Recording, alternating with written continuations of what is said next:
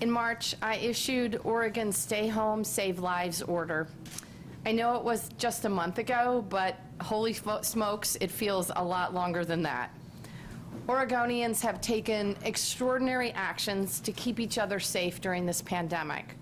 We've all felt the difficult repercussions of those actions, some much more than others, particularly in our underserved communities.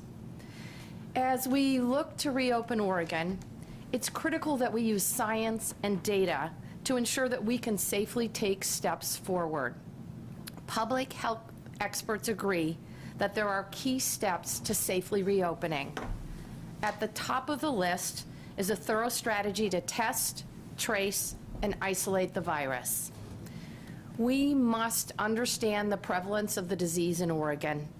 Testing and tracing serve two purposes. First, to diagnose those who are sick, and second, to see where the virus may be hiding. Joining me to go over these details is Dr. Danny Jacobs, President of Oregon Health Sciences University, Dr. David Bangsberg, Dean of the School of Public Health at OHSU and Portland State University, and Dr. Dean Seidlinger at the Oregon Health Authority. Oregon's testing strategy for reopening has three goals.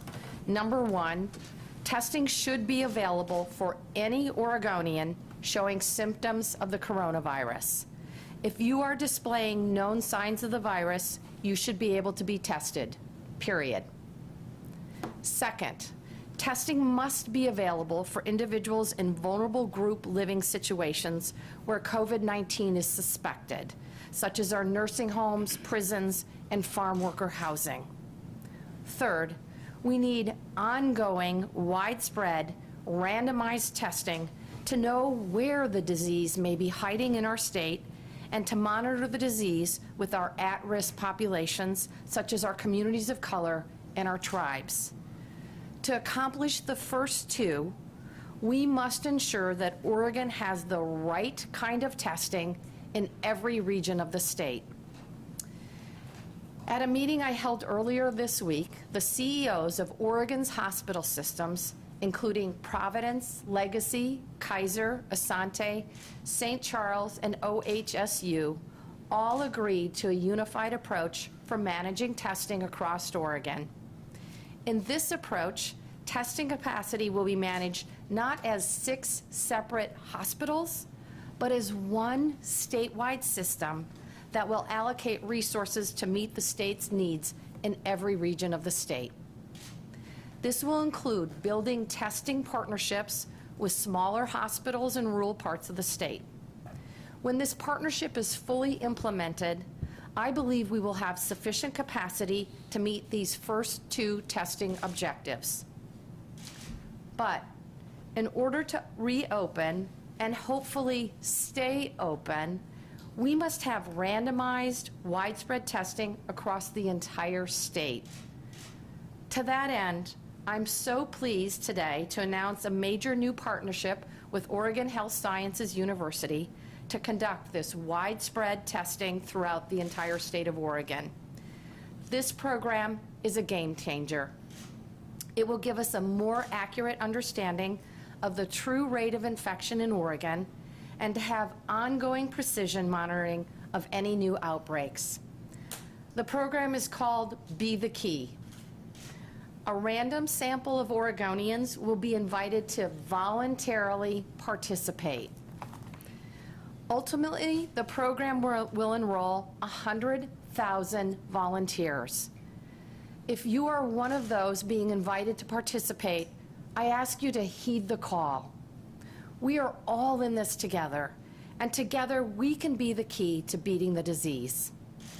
I will let OHSU speak to the particulars, but this tool is a critical piece in the puzzle of Oregon's testing strategy moving forward. In addition to testing, we have to let people know if they have been unknowingly exposed to the virus. This is called contact tracing. We contact trace in order to contain the disease from spreading quickly and widely. Our public health professionals are trained to do this, and we will be staffing up to cover every region of the state. Our goal is to train at least 600 people, including our community health workers, to build out this statewide team of professionals. This team will know how to listen and will be bilingual and bicultural so they can understand the people they are talking to. People who may be worried or scared that they've been exposed to COVID-19. We know that tribes and communities of color are especially vulnerable to the virus, and we will make sure that we have the contact tracing capacity to engage with these Oregonians in culturally specific ways. These workers will provide people who have been exposed to the disease with information and support to understand their risk and what they should do to isolate themselves from others, even if they themselves don't feel ill.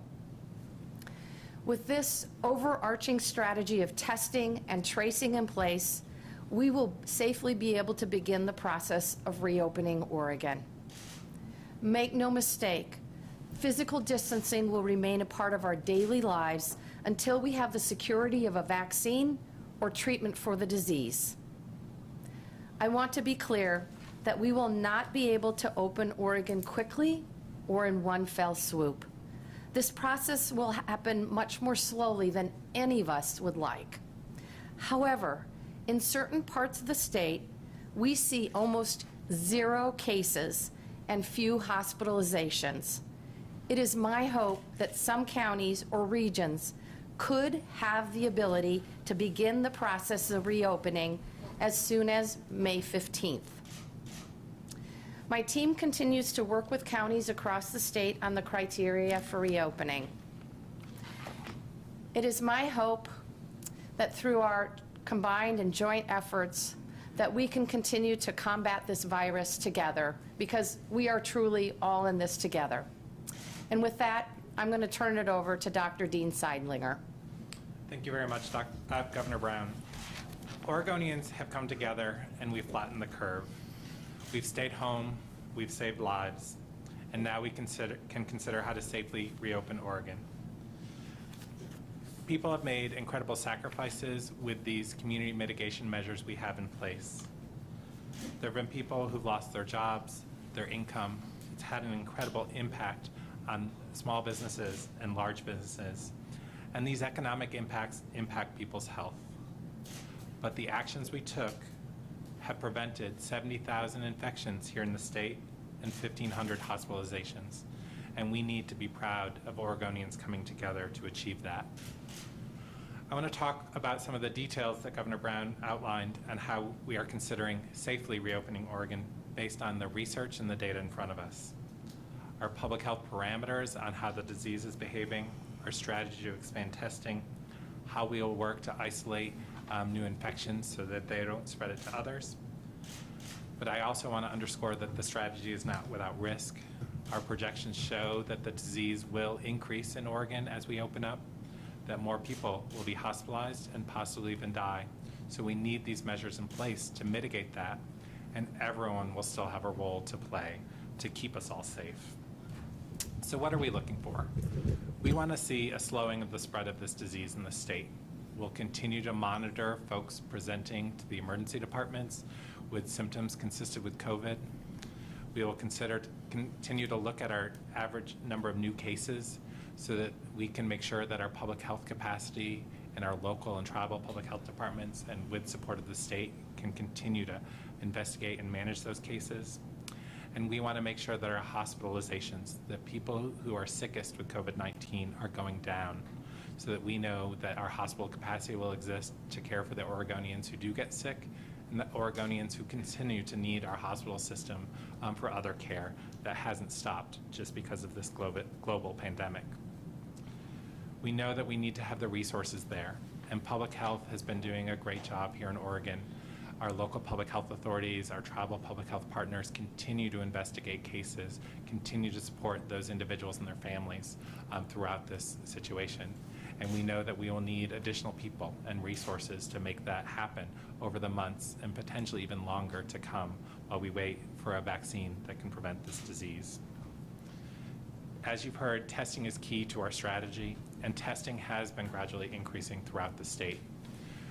The guidelines of who gets tested in Oregon have continued to evolve, so we make sure that those at highest risk for the disease and those who are most likely to be exposed to the disease in hospitals, congregate settings, and elsewhere get that testing.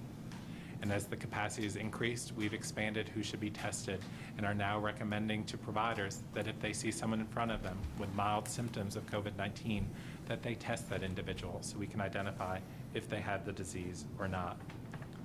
Those symptoms would include cough or shortness of breath or difficulty breathing, or at least two of the following symptoms: fever, chills, repeated shaking with chills, muscle pains, headache, sore throat, or new loss of taste or smell, which we know is a unique symptom that comes up with this virus.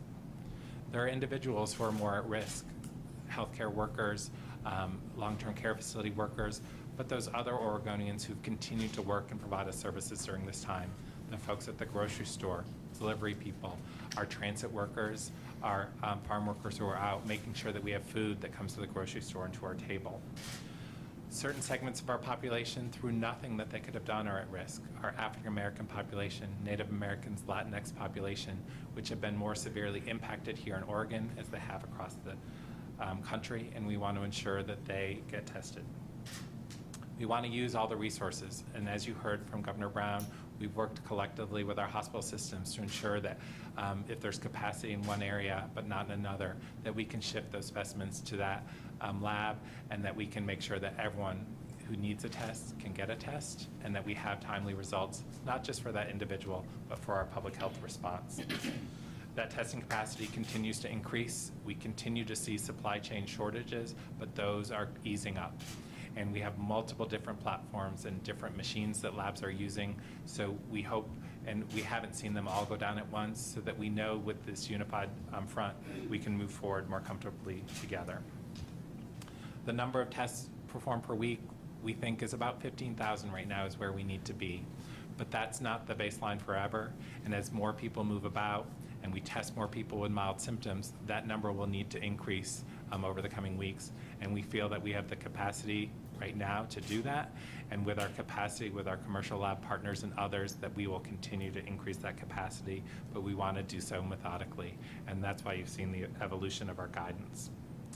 We are going to have some of those tests set aside for our public health investigations in long-term care facilities, congregate settings, our Department of Corrections facilities, as well as some surveillance activities that'll complement some of the activities you're going to hear about today, as well as some of our other academic partners. As you heard, we need the ability to trace, to contact everyone who has the disease, identify who they may have been in contact with that could potentially be infected, and work with them so that they can safely stay home, have the services they need, and reduce the spread to others. We won't eliminate the spread of COVID-19 in Oregon, with people being able to infect others before they have symptoms, or even those who never have symptoms, but we hope to slow it as much as we can. Our modeling has shown us that right now we've decreased transmission in Oregon by about 70%. And that isn't because of the people sitting at the table. That's because of all of you coming together and making sacrifices. So as we open up and people start going about more and returning to some sense of normalcy, we know that there's going to be an increased risk of spread. We hope that with our tracing and testing and investigation, by isolating people at home who are sick and quarantining those who are home who may have been exposed, we can prevent the spread and not see a surge that may overwhelm our healthcare system. All of us working together, our physical distancing really has worked. The sacrifices we made are tremendous, and we will work together as a society to overcome those so that we can mitigate the impacts that this has had. We know that our infections will go up, and we hope to be able to control that. And that's why it's vital that the state and our local partners and our tribal partners continue to implement our testing and contact tracing strategy effectively, that we work together as one. But it's important that all of you have a part, that if wearing a face covering is recommended, that you do that to protect those around you, that we try and stay 6 feet apart, that we hold off some of those trips and vacations that we were planning until we have this disease under control and we have a virus. And together we'll get through this. And I'd like to turn it back over to Governor Brown. Thank you, Dr. Seidlinger. With that, I'm going to turn it over to Dr. Jacobs. Well, good morning, everyone. Thank you, Governor Brown, for your support and your leadership, and to you, Dr. Seidlinger, for your expertise and continued partnership as well. So COVID-19 has presented medical professionals, healthcare experts, data scientists, and social scientists with a career-defining challenge. As a society, we have experienced few things as devastating as the widespread impact of this disease. Some have described it as a once-in-a-century event. There really is no complete rule book for this disease. We're learning as we go, making informed decisions based on best practices, proven science and research, and real-time data being collected every day. With a lot of hard work, as you have heard, Oregon has successfully flattened the curve, and we should be proud of our state for taking swift action, as well as our health systems for great collaboration. However, our work is not finished, and we must proceed with extreme caution, in my opinion. If we move too quickly in resuming our pre-COVID-19 lives, we put ourselves at increased risk of a secondary or a second wave of infection. OHSU is proud to partner with the state of Oregon, the Oregon Health Authority, and the OHSU PSU School of Public Health on a plan to help get Oregon back to our new normal, while paying very close attention to the risk of future COVID-19 outbreaks. This key to Oregon study will allow us to better understand where the disease is located, how common it is, and how it might be transmitted around the state. This is information, as you've heard, that will be collected in real time, and it will provide useful information that will help get people back to school more safely and back to work faster. And as you've heard, it is very important to note that this effort could help us prevent or decrease economic and social harm by collecting information about COVID-19 in vulnerable populations and communities. So as you heard, the study has two main components. The first is symptom monitoring and surveillance and tracking of 100,000 Oregons who will be selected at random, and we will make sure that the state's ethnic, socioeconomic, and geographically diverse citizens are appropriately represented. The second component, as you've heard, is testing. So people who are selected to participate will receive an invitation starting the week of May 11, and again, participation is strictly voluntary. But we believe this study will provide valuable, critically important baseline data about the virus in Oregon and how it behaves to help us make informed, data-driven decisions that will help us manage through the pandemic until we can develop a vaccine. Now, for those who are interested, we have more information about the study available on our website. That's ohsu.edu/key study. So I'd like to close by thanking the team of people at OHSU who worked on this project. These included our clinicians, our scientists, and administrators. But I'd like to especially acknowledge the tremendous efforts of Dr. Bangsberg from the OHSU PSU School of Public Health, who was the principal architect for this proposal and also heads OHSU's COVID-19 task force. We'd also like to recognize the contribution of Dr. Brian Drucker, head of the Knight Cancer Institute, as well as the principal investigators on this study, Dr. Jackie Shannon and Dr. Paul Spellman. I think I should also call out our chair of pathology at OHSU, Dr. Hansel, as well as collaborators from infectious disease, as well as our experts at our Vaccine and Gene Therapy Institute. Finally, we'd all like to thank all Oregonians for their commitment to addressing COVID-19. Partnerships and collaboration have been instrumental to our success so far and will continue to play a key role going forward. So thank you very much. Thank you. Thank you, Dr. Jacobs. We appreciate your leadership and the strong partnership with OHSU. With that, unless you want to make any remarks, you're good? Okay, we're going to take questions. All right, the first question is from Claire with the Cone with the Statesman Journal. Go ahead, Claire. Good morning. I have a question about testing. Governor Brown, you said that you have wanted to see 15,000 tests, so the capacity for 15,000 tests per week in order to kind of start going back to business as normal. So I have a two-part question. One, what is the current testing capacity per week? And two, how many tests are actually being conducted per week? Thank you, Claire. I'm going to turn that over to Dr. Seidlinger to answer the question. Thank you. That question was about our current testing capacity and how many tests are being done. We currently feel that with the capacity we have, we can meet the 15,000 test goal. This is amongst our Oregon State Public Health Laboratory and the healthcare partners within the state. That doesn't even count some of the larger commercial labs that we're able to tap into for surge capacity as needed.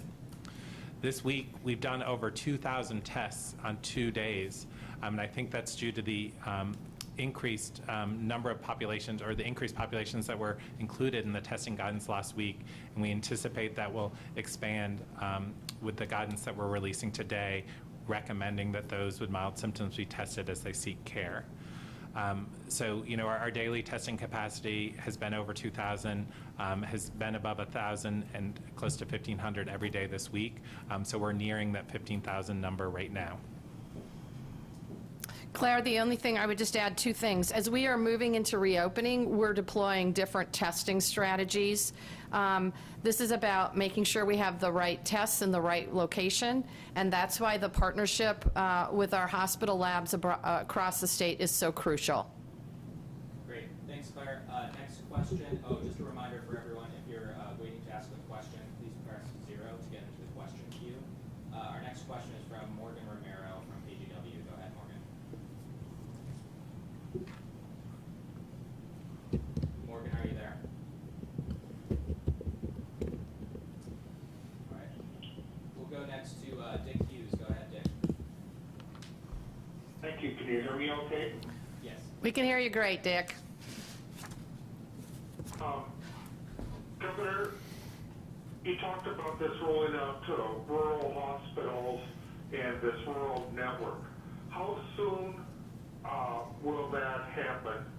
And how will this tie in with the expectation that rural parts of Oregon might be among the first to open up? Thank you. I'll respond to the rural communities opening up. I'm meeting with a number of rural counties this afternoon over Zoom, of course, and going to be talking about their ability to test, contact trace, and isolate as we begin the reopening phase. As I mentioned in my remarks, assuming these counties have these processes in place, that would enable us to safely and slowly begin the reopening process on May 15th for some counties only, if they meet all of the criteria. Dr. Seidlinger, you want to talk about the testing capacity in rural Oregon? I think our hospitals in rural Oregon can utilize multiple strategies to bring testing to their communities. Many of them have existing relationships with our larger health care systems that do testing in-house, and we would hope to build on those relationships to get the tests to those labs. The state will utilize couriers and other methods to help move those tests around if that is not available right now. In addition, the federal government has provided some point-of-care testing machines to the state of Oregon produced by the Abbott Corporation. They came with very limited testing kits, but those testing machines were scheduled to be deployed to rural Oregon. The first 3 were deployed with our initial testing kits, and we just received word that we have additional testing kits coming in. That means that we can increase the capacity at the point of care in some of these settings that haven't had it now. We'll continue to look at other technologies as they become available and assure that if the lab capacity doesn't exist in a community, that we have ways of bringing those specimens from that community to the lab, and we will all work together to get that done in a timely fashion. Dick, we see this as a partnership between our state public health agency and local public health divisions in counties around the state, and we expect it to be a strong partnership. Thanks, Dick. I think we have Morgan Romero back. Go ahead, Morgan. Yeah, hey, Morgan with KGW. Apologies about that. The stream was delayed. My question is, we've been talking about expanding the ability to test, and then the discrepancy between that and the actual testing going on. If testing is the key to reopening and we can do these thousands of tests, where is the disconnect? And quite specifically, you talked earlier, Dr. Seidlinger, about loosening those guidelines around who can get tested when they go and visit their providers. Specifically, what might that look like, and is that disconnect going to be bridged now? Thank you for that question. That question is about our testing capacity and as it's increased, why we haven't fully utilized that. As I said, we made sure that we took a cautious approach to testing here in Oregon. We know that there are populations who are more at risk because of their profession, our healthcare providers, those who work in long-term care facilities, because of the place where they work or live, those who are in congregate care facilities, those who work in healthcare facilities. Because of their background, our African American, Latinx, Native American populations, and those other employment people who are working in places we didn't think about before this, our bus drivers, our grocery workers, and others. So as testing capacity has increased, we've updated our guidance to prioritize those who need it most. And now that we're at a place where we feel our testing capacity can meet the needs, and we can surge that up with our hospital partners as well as those out-of-state commercial labs, that we really wanted to be explicit with our providers in today's guidance, that if they see someone with mild symptoms, they should test them. That we still prioritize those other populations, and we want to remind them of the complications in those populations, their increased exposure, but really if they see someone with symptoms of COVID-19 in front of them, we want them to test. And that guidance really has evolved along with our testing capacity. Just with the changes we made last week, as I said, we've seen 2 days where we've tested and had results from over 2,000 people. So I think our healthcare providers are heeding those guidelines, are paying attention, and we hope that as the updated guidance comes out today, they will continue to test more individuals, because that is one of the keys that we have to seeing that it's safe for us to reopen and to initiate those public health investigations that are going to be key to keeping us all safe. Thanks, Morgan. We're going to go next to Andrew Selsky with the Associated Press. Go ahead. Andrew, are you there? All right, let's try Lisa Balick with Klein. I'm sorry. Oh. I stepped back for a second. Go ahead, Andrew. Okay, well, this is quite the announcement about the random testing across the state involving 100,000 people. When do you plan on starting that? And is Oregon setting a precedent here, or have other states begun similar programs? Thank you. Andrew, I'm going to turn that over to Dr. Bangsberg and Dr. Jacobs. Well, thank you for the question. I think the first was 100,000 and when we would get started. And I think the second part of the question was, is this leading the way, or are there other states that are taking similar approaches? The first I would say that we expect to be able to send out the announcements inviting folks to participate by May 11th, or at least the week of May 11th. I would also say, before turning it over to Dr. Bangsberg, that our experts, including Dr. Bangsberg and others, looked around the country to try to identify the best approach. And so there are some states that are starting, but I think we have an opportunity to accelerate the impact and learn from the information. This is David Bangsberg. Thank you for the question. I think many states are considering the same approach and making plans. I think this is the best possible approach to understand how we prevent a second wave. And so we, as Dr. Jacobs says, we will launch with invitations on May 11th and immediately begin collecting data. Great. Thanks, Andrew. Thank you. Thank you. Next question is from Lisa Balick with Point. Go ahead, Lisa.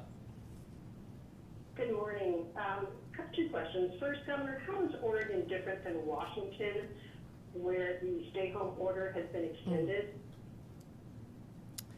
In terms of specifics, I would say that we are marching on similar paths, but we're taking different trails off of that path. And we are moving forward in Oregon based on science and based on data and based on the input of medical experts. As you know, I've been meeting regularly with my medical advisory panel and working very closely with the Oregon Health Authority in terms of our reopening framework. I don't have any further details about Washington's at this point in time. I do know that Governor Inslee was quite frustrated that he closed down construction and manufacturing and wished he'd taken the approach that Oregon took. Dr. Seidlin, can you add anything? I can't. I think the same way that Governor Brown has been talking with Governor Inslee and Governor Newsom in public health, we've also been having conversations and really are using the data, the spread of the disease in our community, its behavior, what we know about the disease, to make recommendations to safely open up Oregon and to do so in a way that will prevent increased infections. So we share best practices. We talk about kind of frustrations and try and get answers from our colleagues. And I think that spirit of partnership continues as we go forward, and we'll learn things from each other, and that'll make us all stronger. Thanks, Lisa. Next up we have... Follow up on that, just quick follow up on that. The other second question is, what about the Portland metro area? What's the expectation for the time frame for the Portland metro area to reopen partially? Lisa, I would just say generally, we're working on the criteria for reopening in counties that have seen more than 5 cases of the coronavirus, and we'll be releasing those details soon. Next up we've Not got... this month? Lisa, we've got Soon. a lot of people in the queue here as well. So next up we've got Adam Duvernay from the Register Guard. I'd like to better understand how and who will be choosing the 100,000 Oregonians for random testing. Can you explain the process and who will be conducting it and how Oregonians should be expected to be contacted if they're chosen? Thanks. My only comment on this is that it is voluntary for Oregonians to participate, and with that, I'll turn it over to Dr. Bangsberg. We will identify 100,000 Oregonians from a household sample, and we'll send an email or letter out on May 11th to invite people to participate. Once they voluntarily accept participation, then we will enroll them and follow them for 1 year. Next up we have... I'm sorry, did you say it's an email and a letter, or is it an email or a letter? A letter. Oh, it's just a letter. And that date was? May 11th. Thank you. Thanks, Adam. Next up we've got Les Seitz from the Malheur Enterprise. Go ahead, Les. Good morning. Governor, on the reopening, you said the criteria is still being devised. I think the average Oregonian is going to be confused about what reopening means. What do you envision, what can you share with rural Oregonians for when a rural county can open? How life will change for that rural citizen in those early days? What can they do different than they can't do now? Great question, Les. I want to be clear that we're not going to be able to reopen Oregon with quickly or in one fell swoop. This is not like a light switch. I think some of my colleagues across the country have been using a dimmer. The process is going to happen much more slowly than any of us would like. But in certain parts of the state, we're seeing 0 cases and few hospitalizations. And it's my hope that counties or regions that have seen these few numbers could begin the process of reopening as soon as May 15th. I'm meeting with a number of the Eastern Oregon counties this afternoon via Zoom, and more counties next week. And we'll be talking about their work to partner with us around testing, contact tracing, and isolation. In terms of the sector guidelines, my team is meeting with folks who are doing the work, actually working in restaurants and working in malls, and meeting with them, and those sector guidelines are still being developed, and we'll be releasing that information soon. But what I would say to all Oregonians is this: regardless of what phase you are in terms of reopening, we are still going to have to be careful in terms of spreading the virus. That means you will still need to comply with social distancing, which we are now calling physical distancing. We are obviously asking folks to wear masks when they're in public to protect others. We will continue to ask folks to abide by good hygiene efforts, washing your hands thoroughly. When you cough or sneeze, do it into your elbow or a Kleenex. Handshaking is probably out the window for a long time. So Les, I wish I could tell folks in Eastern Oregon that our lives are going to get back to normal. It is just going to be a different type of normal. And until we have a vaccine or we have medicine, we are going to have to be extremely careful regarding the virus. Could I ask a follow-up? Go ahead, Les. So, Governor, again, these conversations talk about the gradual reopening, but you'll be doing monitoring in all these areas. That implies there'll be a mechanism for clamping down again if a virus outbreak occurs in a rural area or any area that's opened up. So can you be clear that that will be a tool the state maintains, that you can go back to tighter restrictions as the circumstances might dictate? Yes. We will maintain those tools if we need to, obviously by proceeding cautiously and carefully and incrementally. We're hoping to not have to take steps backward.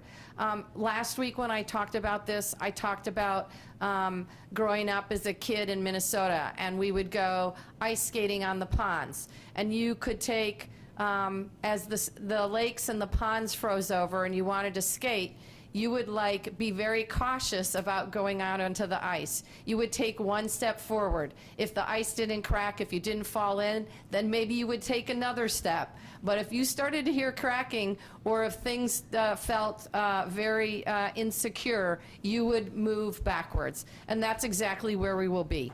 I don't know if Dr. Seidlinger wants to add anything to that. No, I would just say, as we continue to monitor the disease today, we will continue that as we move forward. We will look for early warning signs, whether it's from our OHSU PSU study that will be sampling across the state, or the data on reported cases or who's coming to the emergency department, so that we can act quickly if we see something out of the ordinary or something that's increasing. If that's something we think can't be contained with the resources we have, we will have those discussions with Governor Brown about additional steps we may need to take, because we want to do this carefully. We want to maintain the safety of Oregonians, and we know that we're in this together, and Oregonians have shown that they can take steps and make sacrifices to prevent the spread of this disease, and we hope they'll be with us as we go forward in making some of those sacrifices. Thanks, Les. Next up, we've got Brad Schmidt with the Oregonian. Go ahead, Brad. Hi, Governor. Thanks for your time. I want to preface this by saying that we know that Oregon has a low infection rate and that many parts of the state are looking eagerly to reopen. Having said that, I'm curious if you are concerned that based on the modeling that shows infections and hospitalizations could jump, particularly at the 50% level, that if in 2 months we'll be looking back on this moment and questioning whether we should have waited to reopen, particularly in light of the fact that our contact tracers of 600 is about half of what some national organizations say is needed, and that our testing rate of 15,000 per week is less than 0.5% of our population. I think, Brad, that our efforts to move forward gradually and incrementally, taking steps based on science and data, is the right approach. We can't stand still, and so I think it's really important that we take gradual and incremental steps forward to protect the health and safety of Oregonians. Dr. Seidlinger. Thank you, Brad. Thank you, Governor. I think those numbers you quoted, Brad, are where we want to be now and in the near future. Those 15,000 tests we can do now, and we anticipate that that will increase in the coming weeks as we test more people with mild symptoms, and as potentially more people are infected as we open up parts of Oregon and people have more contact with each other. That's not a static number, and in a month from now, we will probably be talking about a higher goal and a higher number of tests that we've done per week. The 600 contact tracers is also an initial goal. Those will augment the existing public health workforce amongst our local, tribal, and state public health colleagues. That includes people who've been pulled from other parts of public health to work on COVID-19 right now. We know that they will need to continue to do those other jobs in public health. So we want to let them go back as we identify these 600 additional individuals and add them to the team. And if we notice that we need more, we will add more folks. That 600 number, like the testing number, isn't static, and we want to be able to ramp up and respond to what's happening in Oregon so that we can adequately and appropriately do the investigations, contact tracing, isolation, and quarantine to keep Oregonians safe. Brad, and I also think it's important for Oregonians to understand that the reason why we have a low rate of COVID-19 is because Oregonians across the state made tremendous sacrifices to comply with the aggressive and early executive orders that I put into place. And as a result, as you can see from what's happening across the country, a lot of the equipment and supplies, particularly around testing, went to hot spots in places like New York, Louisiana, Detroit, Michigan. And we, along with a lot of other states that have lower rates of COVID-19 disease, have struggled to get the testing supplies that we need. The good news is that we are gradually increasing our testing capacity, and I am relatively optimistic about our ability to meet the plans we've set forth. Thanks, Brad. We've just got a few more minutes left, so I'm going to try and get through a few more questions. Next up is Lincoln Graves with K2. Go ahead, Lincoln. Yeah, I had a sort of 3 points I wanted to ask you about with this Be the Key study. Where are the names being chosen from? Are these from voter rolls or something like that? And are we talking about 100,000 people actually getting tests, or are they just being monitored? And also, where do antibody tests fit in, if not in this study, in any other capacity that the state is looking at? Lincoln, I'm going to turn that over to Dr. Bangsberg. Thank you very much for the question. The list will be identified from a list of households throughout Oregon with overrepresentation for communities of color, Latinx, and Native American households. We will provide symptom monitoring to every person in the study. When they develop symptoms, we will provide a COVID PCR test.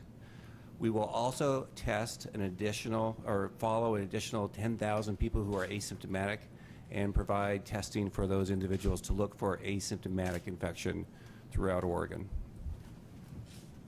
So Lincoln, this is Dean Seidlinger. I'll follow up on your serology question. The serology tests that are on the market now haven't gone through the same FDA testing that usually happens. During this pandemic, they've released many tests that are under their emergency use authorization without as much data telling us how those tests perform and how they'll perform in the real world. We know there are several communities and large healthcare systems and others that are doing serology testing in their communities and seeing what they're obtaining based on the infection rates in their community. We hope to learn from that, and as the tests have more data and we know more about the validity of these tests, to be able to make recommendations for deploying them across Oregon. That will happen over time and will evolve, and it will be another tool for us.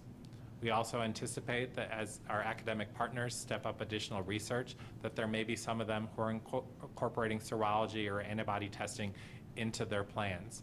And we look forward to having all that data, not just from Oregon, but from other communities that can help us determine how has the disease spread, who shows evidence of the antibodies, and that hopefully we can demonstrate that that evidence of antibodies is evidence of protection as well. So that'll be an evolving process, and we continue to look at the data as it comes out.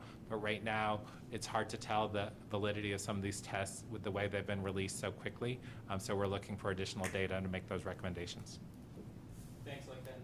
The next question is a written question for Dr. Seidlinger. Fedora from the Oregonian asks, what are the state's plans for testing at long-term care facilities? Will all staff and all residents be tested? All residents and staff at facilities will one more diagnosed or symptomatic cases? When do you expect to start implementing those plans? Thank you for your time.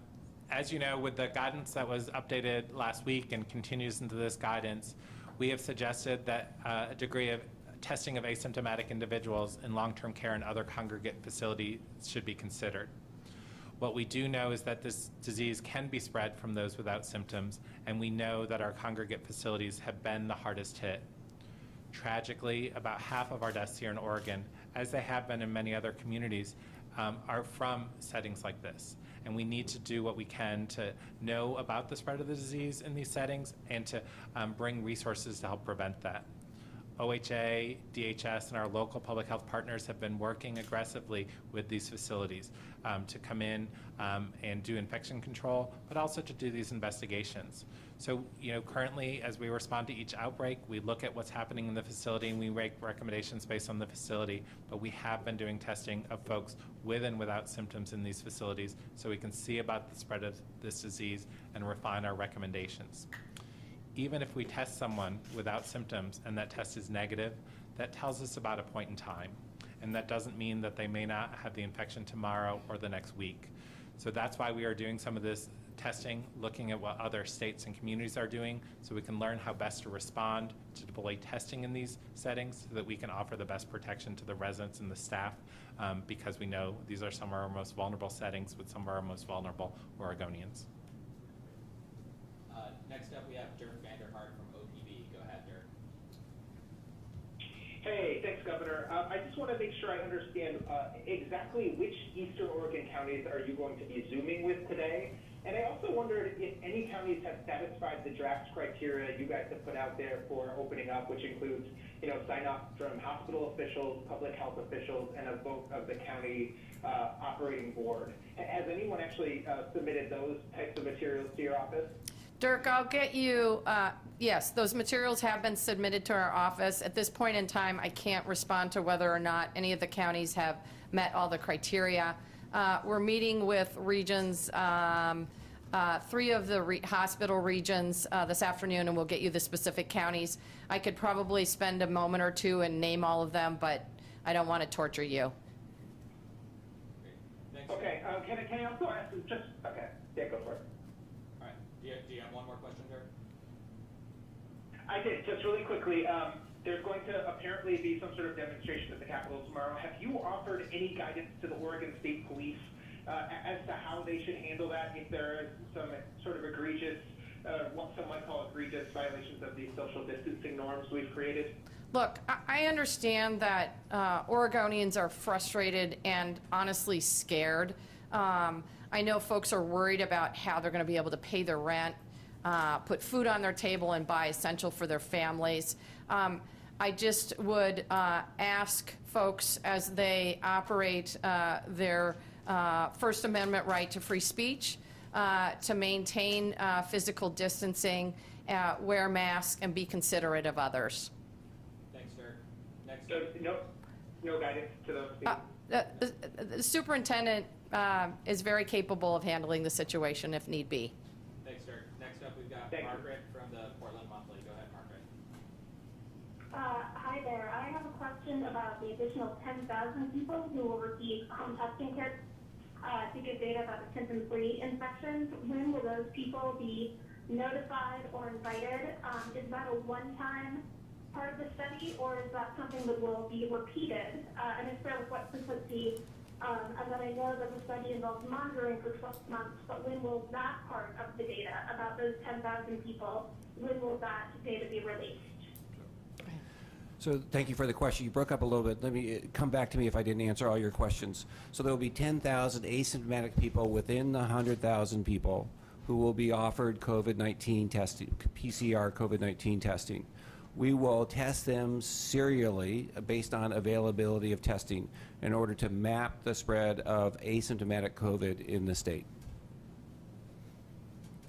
Another question that we missed? Did you have another question?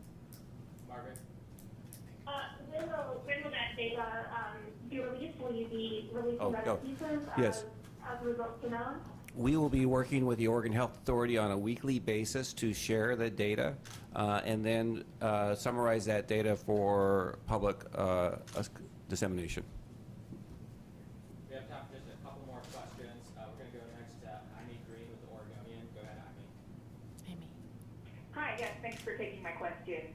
It's about asymptomatic transmission of this disease. The WHO has said that 25% of COVID-19 cases are of asymptomatic people. There's studies that show it's 50, 60, 90% of people. One study shows the transmission the disease is transferred 44% of the time from asymptomatic people and infecting them. The CDC director, Robert Redfield, says that asymptomatic and pre-symptomatic transmitters are a significant reason this virus is rapidly spreading across the country. So my first question is part of contact tracing. Are asymptomatic people who've had contact with infected people going to be tested as part of the protocol? So thank you for that question about asymptomatic spreading. We know there's a significant amount of spreading that can happen before people develop symptoms and when they don't have symptoms. As part of our contact tracing, as we identify those who've had contact with someone who's tested positive, those individuals will be recommended to stay at home and quarantine for 14 days.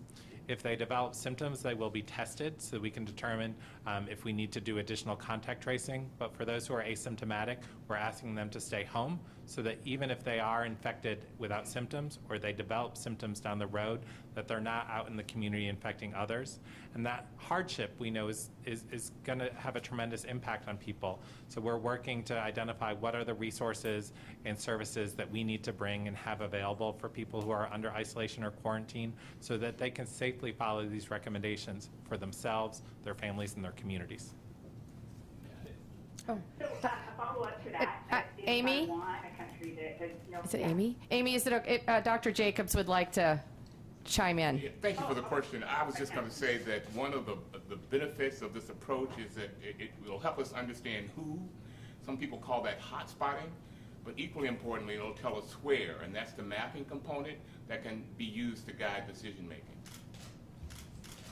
And next up... She had a question about Taiwan. I'm sorry, I had a follow-up. Go ahead. Yeah. So why not go ahead and test asymptomatic people? Because we know that it takes up to 14 days for the virus to start showing symptoms. Maybe some of those people start showing symptoms after 14 days. Why not test? 14 days doesn't seem like enough. Why not test those people? Do we not have the testing capacity? And shouldn't we have the testing capacity before we reopen Oregon? No, and I think, our recommendations may evolve, but we know that transmission occurs primarily in those 14-day period after someone is exposed. So as we identify someone with COVID-19, we, through a positive test, a referral in from their healthcare provider, we will work with them quickly to identify who they had contact with before they developed symptoms and while they were symptomatic. Those are the individuals that they put at risk for that they may have potentially exposed to COVID-19 and are at risk for coming down with the disease. Whether or not they have symptoms, that primarily occurs in those 14 days, and that's why we would ask them to stay home and quarantine so as not to expose others. Whether we did a test or not, that recommendation is going to remain the same, that they're staying home and they're not exposing others. Again, as we learn more about this, we may do increased testing in those, but we feel that this approach to test all those who've had contact or are symptomatic to see whether or not they have COVID-19 and to keep all those, regardless of their symptoms, at home and not spreading the disease is a great tool for us in controlling this spread. As you've heard from those experts you quoted at the beginning, this is going to be difficult. This is a disease that spreads relatively easily, and a fair amount of that spread occurs from people without symptoms. So people need to work together with public health. We all need to be patient, and we need to have the system to try and control the spread of disease. Charles, before you move on, Dr. Banksburg would also like to add in. And let me just add that the key to Oregon study is an important complement to what OHA is collecting in terms of their contact tracing, in that we are doing daily symptom monitoring so we can identify someone as soon as they develop symptoms, test them, and then refer them to contact tracing and isolation if necessary, as well as follow people who are asymptomatic to see where asymptomatic spread is occurring. That will allow us to detect these clusters of transmission early, such that contact tracing by itself may be enough to control transmission. Thanks, Amy. We have time for one more question. Next up, Alex Zielinski from the Portland Mercury. Go ahead, Alex. Hi, thanks for having me. Dr. Seidlinger, I have a question. You said infections will likely go up after the state begins to reopen. Is there going to be any point where resurgence of infections will cause the state to revert to stronger social distancing measures to maybe where we are now if you see a certain percentage of cases spiking again? So as part of our criteria, as we worked with the medical advisory panel and our local public health partners and looking at guidance from national organizations and talking to other states, we want to continue to monitor this disease and continue to look for when we might be seeing increased disease. The reason I say infections are going to go up is because people are going to have more contact with others. And with that contact comes infections, and with those infections are the possibility for serious infections that require hospitalizations. So that's why you'll see as recommendations come out that we are still going to be recommending that people stay 6 feet apart in most settings, that we cover our faces when we're in settings when we can't do that. Those tools are really going to help us slow down the spread of disease in our community, and our public health tracking and surveillance system is going to help additionally to keep that spread down. But we'll continue to monitor our emergency department visits, our new cases, our hospitalizations. The data that we receive from OHSU as part of their study that'll look for clusters of symptomatic people, people who are testing positive because they've developed symptoms, and even those asymptomatic individuals. All are signs that we're going to be looking at to see if we have the resources, public health resources, hospital capacity to keep the disease under control. If we notice places, isolated places in communities, counties, or regions, or across the state where we're seeing increased diseases, we will be having conversations with the governor's office about what next steps we think we could take together to help control the spread of the disease. But all of us have a responsibility as we move forward to try and keep our distance, to wear face coverings when we're out in many of these public places, to try and stay close to home and not, go to other parts of the state at this time, not take those vacations, we've been planning, but take this time to plan those vacations for later on when we have that. But we all have a role to play. We've all been playing that role, and I hope that we'll continue to play that role together, and we won't need to re-implement those mitigation measures, but that's a conversation we're ready to have. Thanks, Alex. Thanks, everyone, for calling in. That's all the time we have for questions today. Thank you. Thank you. Thank you. Glad I had a few physicians with me today.